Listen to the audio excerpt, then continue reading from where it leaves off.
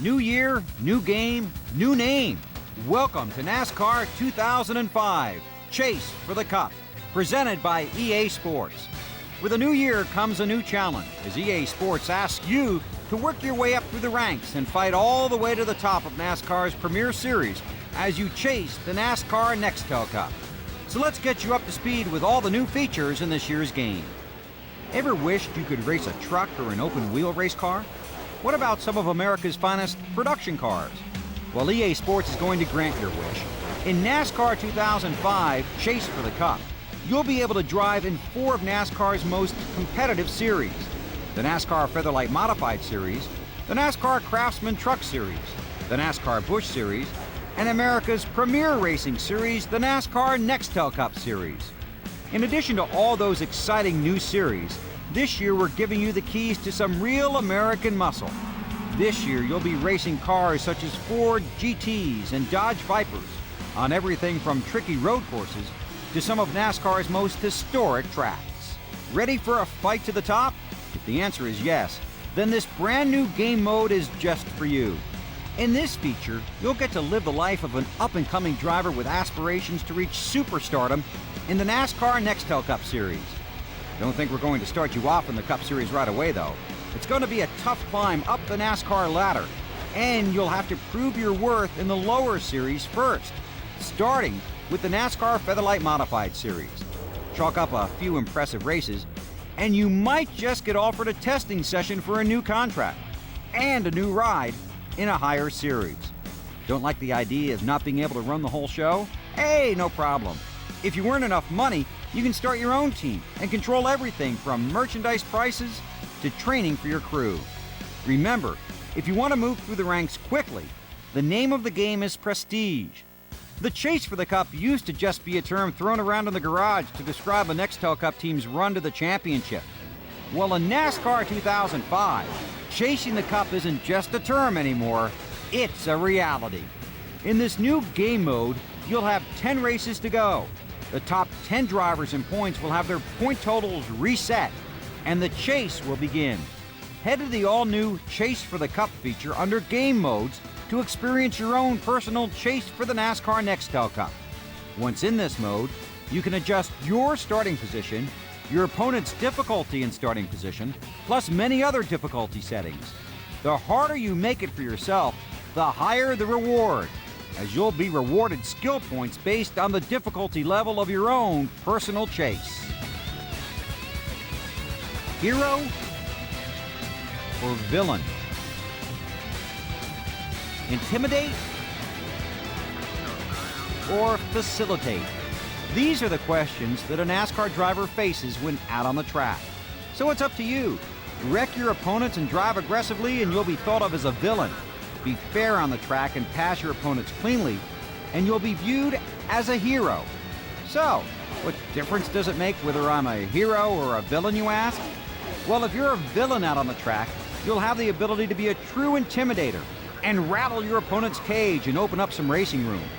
As a hero, you have a greater ability to share draft and a greater ability to earn friendships on the track. Keep an eye out, though, because you'll only be able to enable the Intimidator or Share Draft features once their power bar is completely filled. Have you ever thought that your skilled driving ability has gone unrewarded? Well, the folks at EA Sports are ready to reward your driving ability through the use of the new skill point system. As you race, you'll get rewarded for a variety of moves on the track. Head to the My NASCAR screen and select Skill Points to check out the skill points that are available in the game, how many points you have earned, and how many points you've spent. Spent, you say? That's right. You can now spend your skill points on Thunder Plates and receive unlockable items like tracks and paint schemes. As if head-to-head online racing wasn't hair-raising enough, we thought we'd up the ante and add 2 more human drivers to the mix. Now you can take your PS2 online and challenge up to 3 other online opponents. It won't just be the 4 of you out there on the track, though. You'll be able to fill the field with computer-controlled opponents if a greater challenge is what you're looking for. This year, we've also added a batch of new Lightning Challenge and Speed Zone scenarios. In Lightning Challenge, you'll be thrown into some of the most exciting and hair-raising situations of the Nextel Cup season. Speedzone will allow you to hone your skills in all the different racing series. Well, now that you've gotten the rundown on what the latest and greatest features are in this year's game, get out there and begin your own chase for the cup. And good luck from all of us at EA Sports.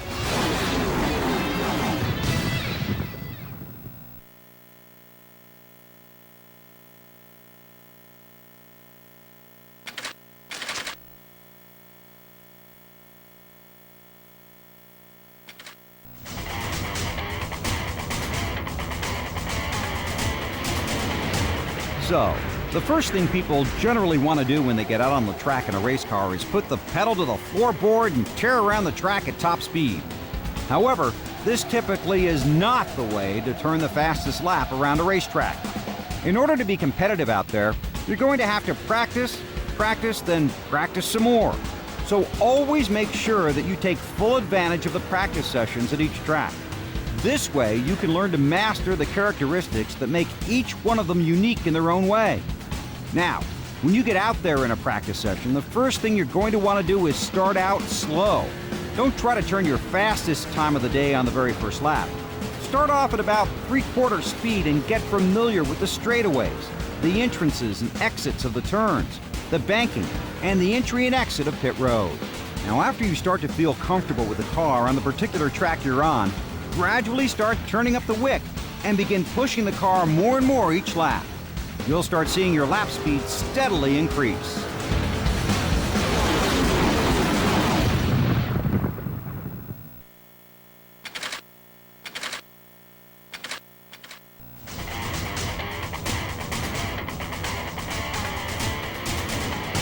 One thing you'll probably notice as you start going faster on these tracks, at increased speeds, you begin controlling your car less with the steering wheel and more with the gas pedal. At higher speeds, your ability to steer the car gets reduced. This occurs because the harder you accelerate, the more weight gets shifted to the back of the car. This in turn reduces the traction your front tires have on the track. On the straightaways, this won't be much of an issue, of course. But once you get into the turns, if you don't slow down, you'll be missing that grip. And even if you try to steer it to the bottom of the track, your car is likely to slide up the racing surface. If you feel this happening, let off the gas a little when you feel your car start drifting toward the outside wall. Don't change your steering input now. Just lower your speed and you'll feel the car start drifting down toward the bottom of the track again. Mastering this and practicing exactly when and how to go slower in the turns is the key if you want to run fast.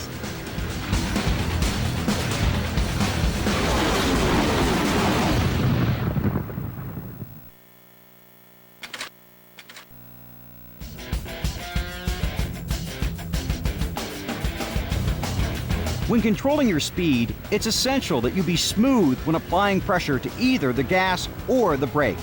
Your ability to do this will help keep you out of trouble when entering and exiting the turns.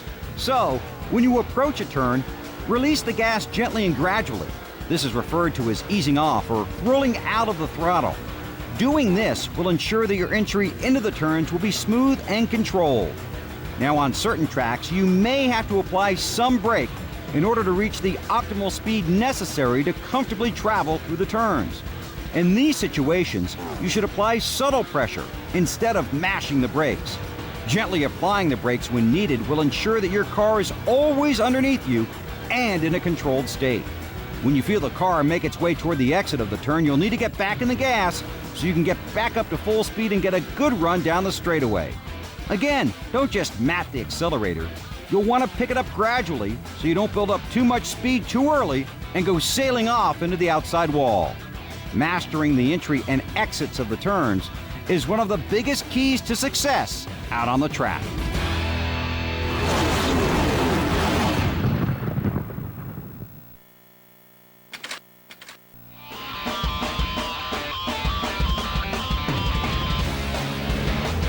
Once you've learned how to get around a particular track, you'll start finding that you get into a rhythm. You'll find yourself turning, letting off the gas, braking, and picking the gas back up again in the same spots over and over and over. Once you establish this rhythm, it's important that you remember these spots on the track. These are your marks. Hitting your marks during the race is going to be crucial to your success out there. Here's a tip. If you're having trouble finding your marks on the racetrack, turn on the informative best line, or IBL. This will show you the proper braking and acceleration points around each track. It's important to make visual notes as to where your marks are on the track. Practice sessions provide the perfect opportunity for you to establish your marks and remember them for the race. That way, once the green flag drops and you're battling 42 other drivers, you can just keep it smooth and hit those marks.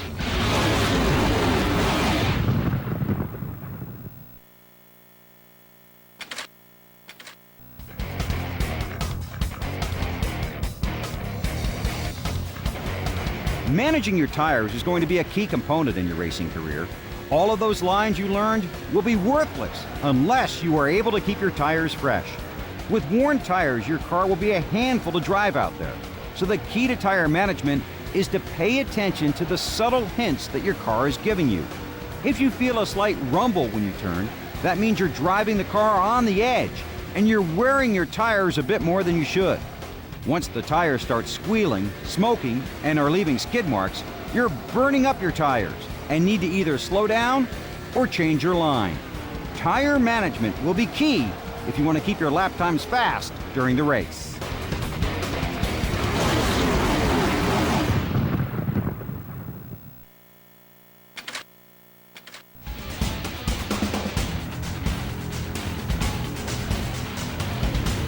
Once you have mastered your ability to drive the track and you're looking to get a little more out of your car, you can begin to change the way that your car is set up.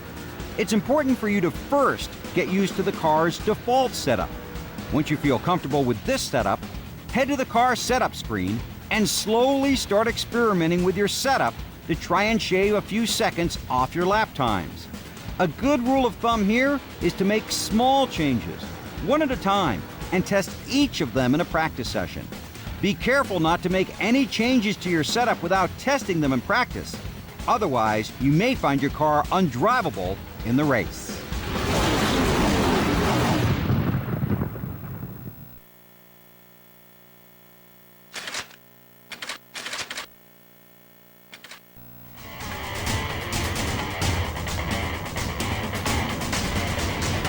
There are two handling conditions that are common to race cars.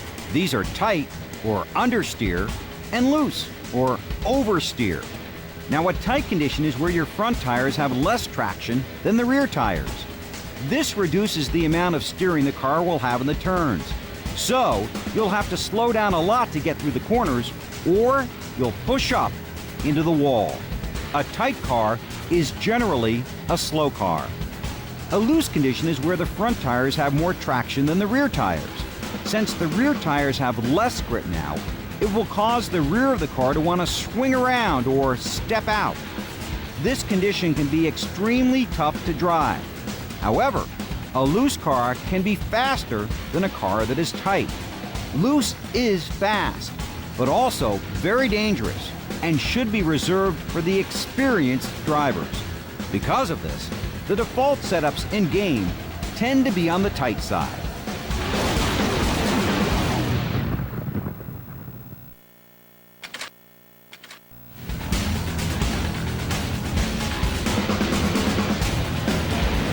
The groove, or preferred line, usually represents the fastest way around the track.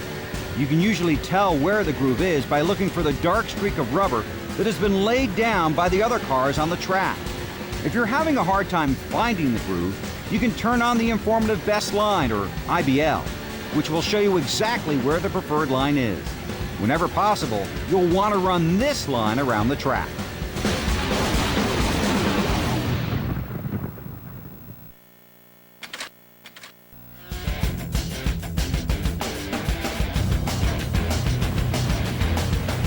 Okay, now listen up. This one is a little tricky, so listen carefully because it's also very important. The apex defines the point in which a turn transitions from entry to exit. While driving out on the track, you'll want to clip this section of the turn in order to get a good run back onto the straightaway. So in order to hit the apex correctly, you'll want to arc your car into each turn as late as possible. Keep an eye on the track And as you see the turn approaching, keep the car out on the straightaway as long as you can before you turn it in. Once you make your entry to the turn, drive your car down to the bottom.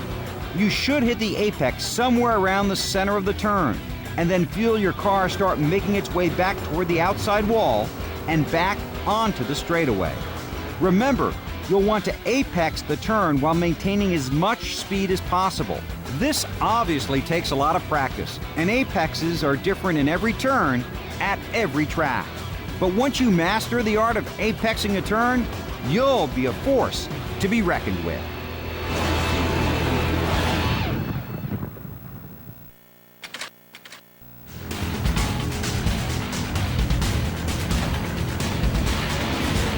Another piece of the track is the apron. The apron is the flat section of the track that can normally be found just inside of the racing surface.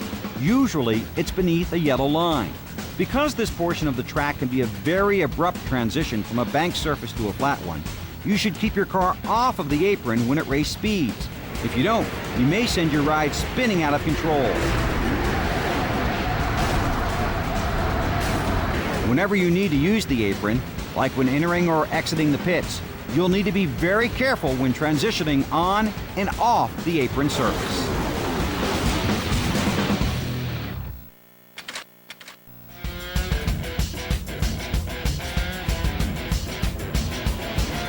Drafting is one of the most important racing techniques you can learn. Drafting, or slipstreaming, occurs when two or more cars run closely in line with each other. The lead car will punch a hole through the air, which cuts wind resistance and creates a vacuum that will allow the car behind to suck up to it and go faster.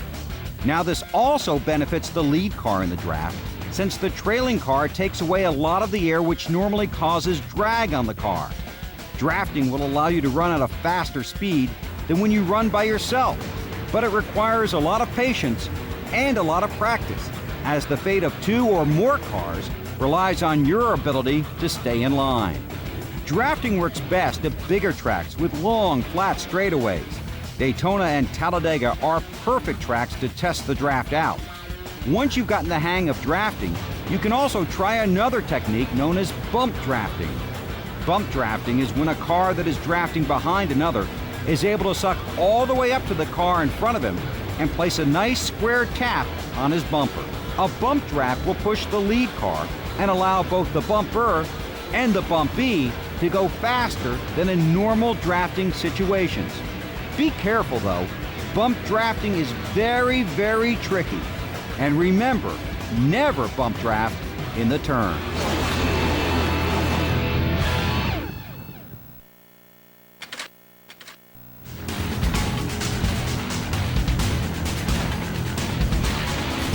All right, now let's go over some terms that you'll encounter when you enter an event. It's very important for a driver to utilize as much pre-race track time as they can get. Practice is the first time a driver is able to take his car out onto the track.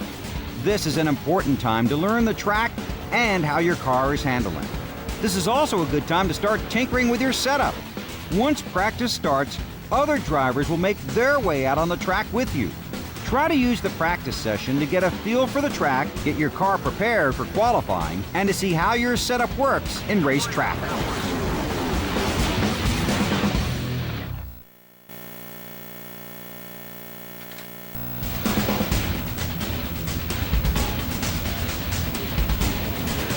Once your car is set up how you'd like, advance to qualifying. During qualifying, the driver gets to run 2 timed laps on the track, all by himself. One important note about qualifying is that you will get a warm-up lap.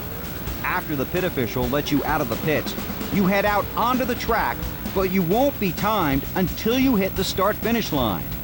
You'll need to get up to speed as quickly as possible, though, as you'll want to start building momentum to lay down a good lap time. Qualifying positions for the race are determined by lap times. Whoever turns the fastest lap will start first or on the pole. The rest of the field will get set behind the pole sitter, fastest to slowest, based on their lap times.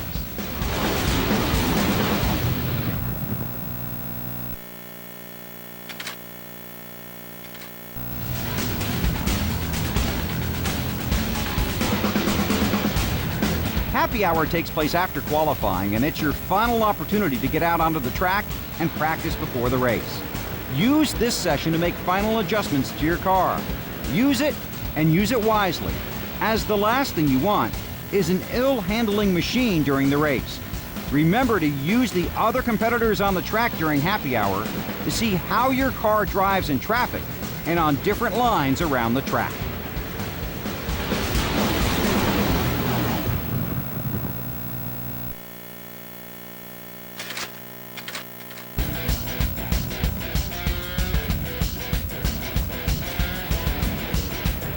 Driving assists are EA's way of making your first few trips on the track a little easier. There are two sets of driving assists, full and limited. Full will basically help stabilize your car with stability control and slow you down in the turns to the appropriate speeds with auto brake. If you run limited assists, your car will be a little less forgiving since we will remove the auto braking function from the assists package. If you turn your assists off, it will be up to you to control every aspect of your car's handling. It's recommended that you begin with one of the two available assist levels and gradually move up to turning all of the assists off. Share draft is one of the key functions that you'll need to learn to make some friends out on the track. Notice this green bar on your gauge cluster? When this bar fills all the way while drafting with the car in front of you, it will begin flashing. When this occurs, press the Share Draft button and begin building an alliance with the car you are drafting with. The longer you stay in the draft, the more skill points you'll earn, and the greater your alliance will become with that driver. The Intimidator button is an all-new feature that will allow you to get drivers in front of you a little loose so you can pass them. When this red bar fills up and begins flashing, press the Intimidator button to begin intimidating the car in front of you. The longer you intimidate a driver, the more apt they'll be to slide up the racetrack, giving you room to scoot right by. Intimidating is not the most respected move on the track, and you'll start making enemies quickly out there. So be careful how much you use it, or you may have a handful of angry drivers on your tail. Quick cautions are EA's way of making cautions a little easier on you, the player. Instead of having to run all the caution laps that NASCAR drivers do, the race will essentially be fast-forwarded to the point where pit road opens. After you make the decision to pit or not pit, you will either make a pit stop or stay on the track. After this, you'll be fast-forwarded to the restart of the race. When you pull into the pits, be it under green or under caution, you'll get a pop-up with your pit options. Here you can select everything from the number of tires you want to change to how much gas you want to add to your car. Also, you can try and fix any handling problems your car might have by making a few adjustments. You should be familiar with these selections from the car setup screen.